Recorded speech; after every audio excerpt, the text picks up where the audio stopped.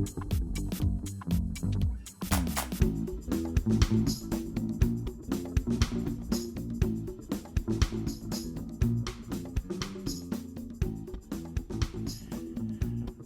I'm Paige Garwood. Welcome to the inaugural podcast for my new podcast called The Emerging Composer. This is the podcast where I'm going to explore all things nerdery about music theory, the things that I think are fascinating, and also, though, I intended to be mostly educational, things that I really think you need to know. So I'm not going to talk about things that we won't apply or that aren't useful. I'm going to try to bring my 50 plus years of experience as a musician to the front and hopefully educate, maybe entertain a little bit, give you some ideas that'll help spur you along in your own pursuit of music.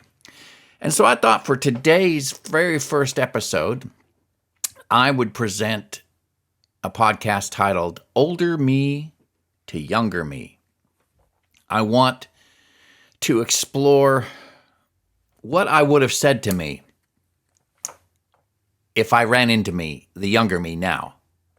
Because back when I was starting all this, I didn't know what the future held. I didn't know what could be done in music. I didn't know what I was going to do in music. And so I'm thinking to myself, self, if I ever ran into me, this is what I would say. And so hopefully I'm aiming this at younger musicians, people who are starting out in the music industry, starting out with a career in music, or maybe just starting out in music, period. All right, so let's get started. Older me to younger me.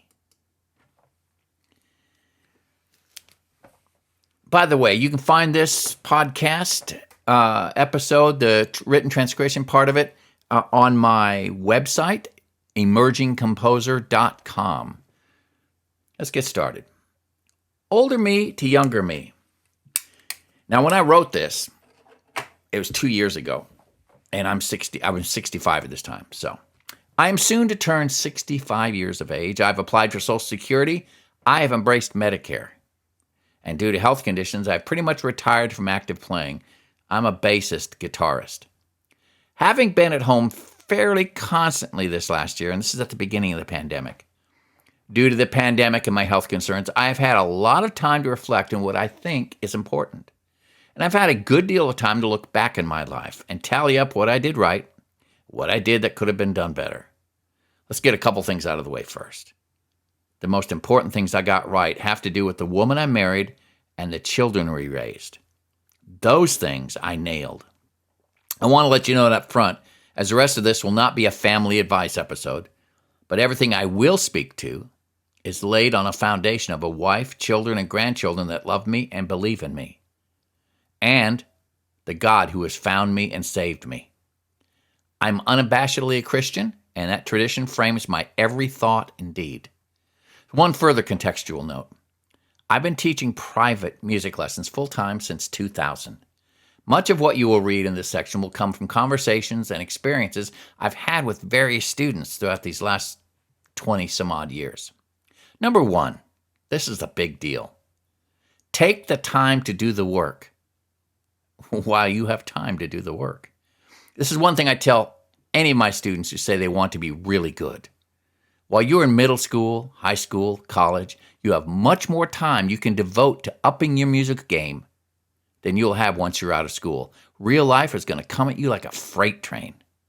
Put the practice time and study time in now before your spare time goes running away like the roadrunner at a Wile E. Coyote family reunion. I don't demand that my students practice much, but this is how I tell if they're committed or not, and I adjust my lessons accordingly. Now, before you get all hoity-toity with me, let me tell you what I've discovered over the years of teaching. There are a few reasons that kids take lessons. One, they want to. Two, their parents want to. Or three, it's a welcome respite from the craziness of their lives. None of these are bad.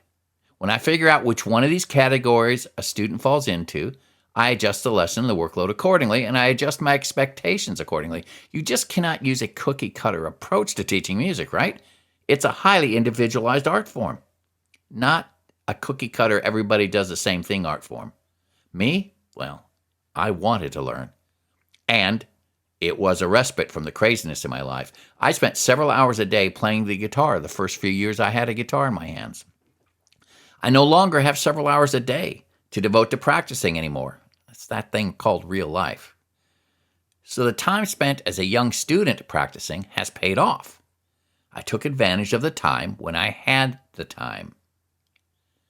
Now, the second piece of advice I'd give to my younger me is learn how to practice. Do you ever hear the phrase, practice makes perfect? When growing up, it's a lie. Perfect practice makes perfect.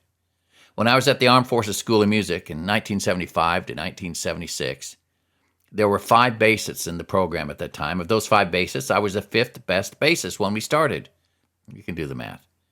When I graduated, after all those hours in the practice rooms, performances, and lessons, I graduated 5th out of the 5 bassists. I hate math. I never made it out of the basement. Why? Well, I think the answer is found in a conversation that I had with the best bassist in the school. I asked him why I was struggling with every lesson, and he breezed through each lesson, even though we were using the same bass books, had the same instructor, played in the same bands. His response jarred me. He told me, "You have no focus. You always start your practice time with the assignment, but in a matter of minutes, you just wander off into stuff you already know." When I practice, I'll take 10 minutes and do just one thing. If it's a scale, I will do that scale for 10 minutes.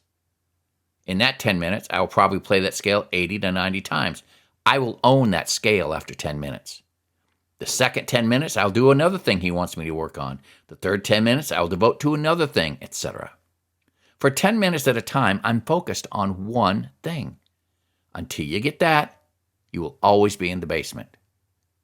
Well, obviously, I didn't get it while I was there because I graduated in the basement. But I've learned since then, and it has paid dividends. Tough words, true words. I have never forgotten that conversation, and this is the first thing I teach every student. Learning to practice like this will also benefit you when that real-life thing comes barreling at you after college. You'd be surprised how much 10 to 15 minutes of focused practicing can benefit you. Here's the third thing I tell my students. I would tell, my younger me, if music is going to be a big part of your future, diversify. If you're learning music for your own enjoyment and have no intentions of playing or writing for anybody else, then ignore this piece of advice. But if you have intentions of making music a major source of your income, you must diversify. You must listen to and study different styles, whether or not you like those styles. You must pay attention to other musical disciplines like music production, recording, sound engineering, songwriting, and so on. I had a bass student. He only lasted 2 lessons with me. In our first lesson, I asked him what I ask every brand new student. What would you love to do more than anything else in the world with your music? His response was, I would like to be a professional musician like you are.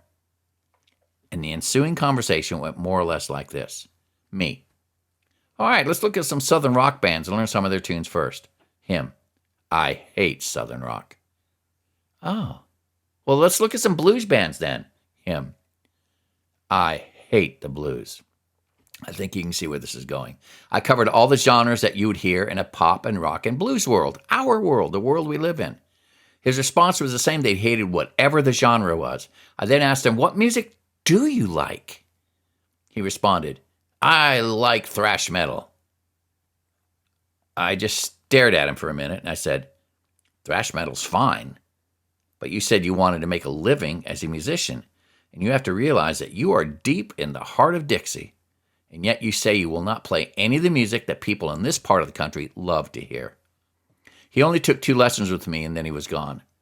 There's absolutely nothing wrong with thrash metal. But if playing for others is in your future, you need to be able to provide the music that your audience wants to hear. Of course you want to write your own music and have that accepted. I get that. Or maybe you want to play thrash metal. I get that. But if you're playing in a public venue deep in the heart of Dixie, there should be some Lynyrd Skynyrd, Allman Brothers, etc. on your playlist. Over my 40 years as a professional player, I learned to play everything from big band music to 40s, music to the rock tunes of the 60s and 70s, country tunes straight out of downtown Nashville, and any of the popular tunes that were popular in the year that I was playing them. It takes time to do all this. But if you're going to make a living as a musician, say what the Mandalorian would say. This is the way. Diversification in music also involves other disciplines, not just the different genres and types of music you're going to be playing. Over the years, I took advantage of opportunities to do musical things that did not involve my playing. I learned how to run live sound for a band. Excellent place to learn this is at your local church. They almost always need the help. I learned to use Logic Pro 10 and learned basic recording techniques. I even went back to school when I was 58 to get a graduate degree in music composition. Diversification is all about giving yourself options. In life, everything ebbs and flows, and inevitably some gigs might go away. But if you have skills developed in other areas, you can often make up the difference from another area you have skills in. And this is going to lead me to the next section. Expand your view. Get lots of buckets, young Page. When I left the Navy music program in 1979, I decided I was going to make my living in the music world as a player. It was all I knew, and in my mind's eye, that was what a professional musician did to make his or her money, but there was a small problem. At the time, the musicians union in that area, Oakland, San Francisco, held sway over the best gigs. No problem. I would join the musicians union, which I did. But here's the problem. I had to be ready to drop whatever it was I was doing at the moment if they called me up for a gig. With a wife, a child, and another child on the way, there was no way I could afford to sit around on my hands waiting for that call to come. So I quickly decided that it wasn't in the cards for me to be a professional musician. My family is more important to me than music will ever be, and they did not deserve to starve while I pursued my dream. My thought was, I can't be a professional musician because I can't get the studio gigs, or I can't get the band gigs. What a narrow and nearsighted view that was of being a professional musician. I needed a bigger and more inclusive view of what it means to be a professional musician. So, fast forward to late 2001. I had become a network engineer. The events of 9/11 unfolded and my company laid off a lot of people, myself included. I started a video production company, which folded within the year, taking all of my money with it. I went through bankruptcy, losing everything except my house and one car. The only job I could find was teaching guitar lessons at a local music store. It was not nearly enough to support my wife and I. The kids were out on their own by this time. So I added some homeschool teaching gigs to the week. Within a couple of years, I found myself teaching private lessons in 3 locations and teaching music at 3 private academies. I had the occasional gigs with bands and some studio work as well. Not one of those endeavors was enough in and of itself. But collectively, it added up to enough. One day I woke up and realized, I am making my living solely from music. I had realized my dream of being a vocational musician. Each one of the jobs I had was like a small bucket collecting money. Together, all those buckets were enough. So, diversify yourself as far as skill sets go. Be a player, sound engineer, composer, etc. But also diversify your income sources. Today's professional musician has to become king of the hustle.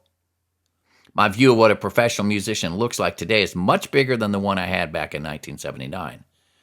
I have lots of small buckets of income. I record. I play live a little. I have composed music for choirs, dance companies, a few short films, and I teach private lessons locally and online. My life has its ebbs and flows, and since the pandemic, my personal private lessons have taken a hit. But I've increased my online lesson activity to help make up the difference. Diversification saved me. One bucket went away, another bucket was added. Diversify, that's a good word. And here's the last thing I would tell the young me. Don't forget to have fun. This may be the most important thing I would want to tell my younger me. In the process of hustling to make the money, it can be easy to forget just why you became a musician. For me, it was simple. I loved music. I would play for hours, along with all the records of all my favorite groups in the 70s. And I would never call it practice. It was fun. But there came a time after 2001 when I became a full-time musician, when it became a job like any other job. You wake up, you eat breakfast, you go to work, come home, eat dinner, wash, rinse, repeat. I was playing or writing music others wanted me to play and write. That's not bad. Our job as a musician, after all, is primarily to provide the music an audience wants, not necessarily what I want. I don't know when precisely it happened, but at some point a switch flipped, and I decided to learn how to write sacred choral music and to study counterpoint. Why? There's no market for what I was going to produce with that. My sole reason for doing this was I wanted to. I've always wanted to. That style fascinates me, and the sound of that music captivates me, so I do it for the sheer joy of doing it. It's so different from anything else I do musically. It's like composing choral music as an oasis of joy in the midst of all the busyness of all my other endeavors. So have something you do that's just because you want to do it. I have a good friend who is a marvelous bassist, and the thing he loves to do is build bass guitars. That's his happy place. Well, that about covers it. I don't believe in regrets because I believe everything in my life, good and bad, happens for a reason.